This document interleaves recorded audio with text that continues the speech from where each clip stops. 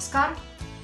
Today we are going to talk about shock, emotional shock, acute stress reaction, shock trauma, mental or psychological shock. It's certain psychological state. I try to find all possible names which are available online for this state so you can recognize what we are talking about. I'm Anna Babikova. Welcome back to AB Lifetime channel, and I am founder, counselor, and facilitator of AB Lifetime. And recently many things happened here in the US, and I live in California, Monterey, and we had recently hurricanes in Florida and shooting in Las Vegas, and right now it's happening fires in Northern California. I understand all what I can do from my side is just put a little video here, and what I'm going to talk here about is the state, and so you can understand, recognize the state, and understand how you can help people around you. And I would like also to invite you to subscribe my channel right now. My channel is about everything about mental health. So we are talking today about psychological state. It is emotional aftermath developed as a response to sudden traumatic event or witnessing a traumatic event that can cause a strong emotional response. It's important to understand that it can touch anybody. You don't need to be in the center of the traumatic event to experience the consequences of that. Again, we are talking about this first shock reaction, right? Shock reaction develops when person hit the event which takes as a threat for personal life, or threaten to lives of other people as a trauma of viewer, right? It could be nature disasters, catastrophes, violence, rape, hostilities, sudden loss of close ones, sudden loss of social status like divorce or losing the job or bankruptcy. All these kind of events happen suddenly and develop the sudden feeling of the fear and helplessness individual. And that develops certain condition as shock, and that's why sometimes we call it shock trauma. So shock trauma becoming as a crucial event in the life of person, and it divides the life on the life before and after. It's important to deal with that in first hours, if not to process this state and the emotions, then we can expect PTSD, which is post-traumatic stress disorder, which develops later. Weeks and months later. So this dealing only with the shock phase, and this video is about that. Let's see the layers of people touched by ripple effect.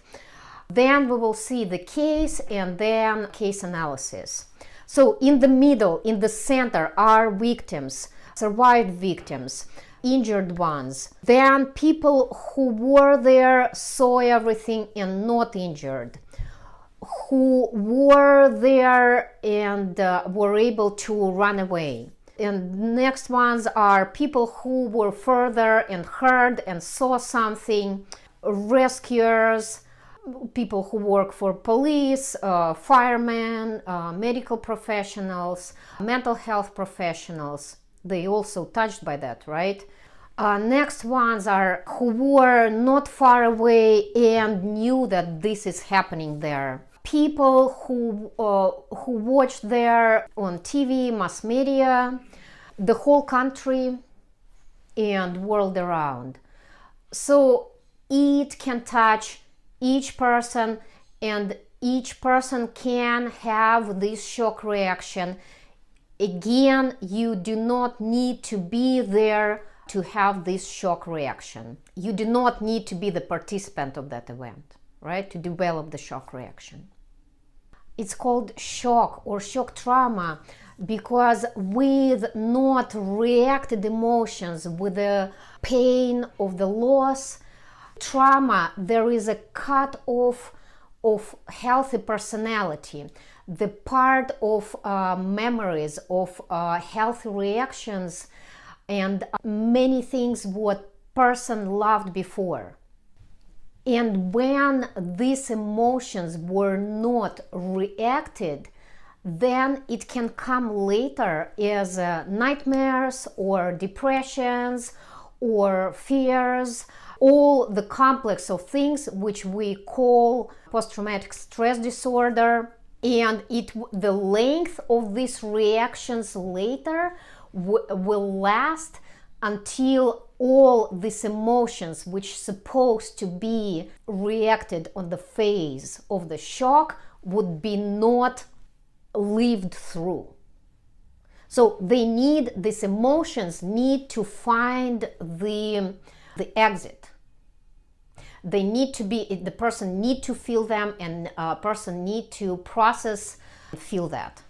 And it need to be complete. That's why it is very important to find for these emotions the expression right away after this condition developed. So first hours, better before person goes to sleep, because going to sleep, brain starts to metabolize that in that not processed state. So the main idea is here is not to let these emotions freeze, and when they are frozen, they are going deeper. The main idea is to process, verbalize, and express as fast as possible.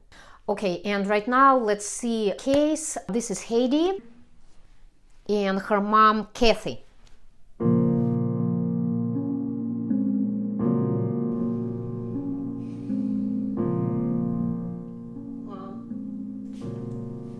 I was there. Oh, I could have helped those people. Poor girl. I saw. You know what? Just forget about that. Don't think about that. I know how it's painful for you. You know what? I will buy the tickets to Hawaii, and we both can go there, and you will forget that everything would happen. I have another idea. 1 second.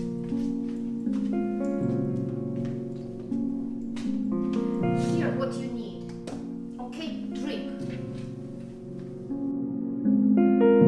Case analysis. So what we can see, it is a very typical reaction of Heidi's mom. She automatically tries to interrupt her daughter from processing what happened. Like, it's typical, don't cry, everything is okay, have a drink, have fun, go dance, creating all possible ways to avoid feelings and emotions. And what we need to create instead of that, we need to create all possible ways for a person to be able to express that emotions, strong emotions. I need to add here, so there are two typical reactions in the shock phase. First reaction is freeze, another is run. So, and run is, I would say, better because there is the energy. It is when people are able to help other people at that state. And when they're able to help others, then they are able to process their own fear, right? So, and if we see the reaction of this frozen reaction, when person freeze the old feeling, this is when it is very important and this person need help. When person have this freeze reaction, this is when emotions get conserved in this frozen state, and that's when they are going deeper, and that's what we have to deal after that later with post-traumatic stress disorder. what we don't want to create is make person forget about that, ignore what happened, not talk about that, delete from the memory. We need to create opposite environment so person can express the emotions and have the access to that emotions right after the event which caused this shock trauma, the shock. And it's important to do it before, the best is before a person goes to sleep. So we need to organize the safe environment, include a safe environment, include safe people, and safe means not by your opinion safe for this person, right? We need to be sure that this person feels safe there. Also, we can say also or to this person, I am here and you are safe, right? Let person talk, right? Not we need to talk, person need to talk. Listen, right? Listen. You don't need to give advices at that moment. And fill in the pauses, it's not important, just listen. But let person know that you are here for him, for her, and just I'm here for you. If you need something, please let me know, right? That's all. These are the most important things. So the main emotions are anger and fear. So it's absolutely okay for person to have this anger, right, and break the dishes, yell, and a person can have anger towards self and toward other people. It's all normal reactions, right? Tears, a lot of tears. We need to let person cry. What's important also to say that very often the emotions are so huge that person tries to self-medicate, like person cannot deal with that emotions, and that's what create the state when person is looking for any kind of self-numbing medications, include alcohol and other drugs. So we need to be aware of that, and just again the best of what we can do is verbalizing, talking to process and express these emotions. This numbing self with drugs and alcohol is creating that state when later person develops PTSD, right? Because it's again not processed emotions are getting frozen, and they are not processed, and they will be sitting there until a person would not express them. They would not find the exits, right? Re-traumatization. So after this shocking event, when emotions were not processed, were not expressed, the body holds that emotions, and person kind of gets in the circle of these things. So from one side there is the fear and the avoidance of the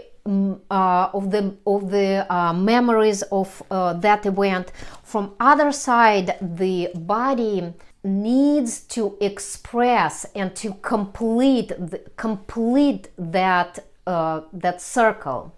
So there is constrained energy in the body, which body need to let it free. So that's why very often unconsciously person would attract the situations which would remind about that traumatic event. So to let the body to process that, to make it this energy free. So person would unconsciously create these dangerous situations to let body express those emotions, but the reaction of freeze would start earlier than expressing as an energy expression, as a run reaction, right? And that's why person gets into re-traumatizing circle. It's like it's the battle between healthy part which wants to let this energy go away and passive reaction freeze. and each traumatizing situations would hold each time more and more, like you are training yourself to be more frozen and more frozen each time. As a conclusion, the most important, if you were in this traumatic event or you were the viewer, you have this shock reaction, the most important to be able to express your emotions, your feelings as fast as possible. For people who are around people who experience that, it's important to create the safe environment and let people process, express the feelings, and let people talk. The best is to do this as fast as possible in the first hours after what happened, before a person goes to sleep. Very often person can hold the breath, so we can remind to keep breathing and breathing through the nose, long breath, equal inhale and exhale. Also, what can help, we can put our hand like this on the heart chakra. Again, the safety is first. We do not put our hands on everybody, right? If person needs that. And we also can give a good hug.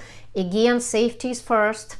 I think that's it. Please like, subscribe my channel, and thank you for watching. Namaste.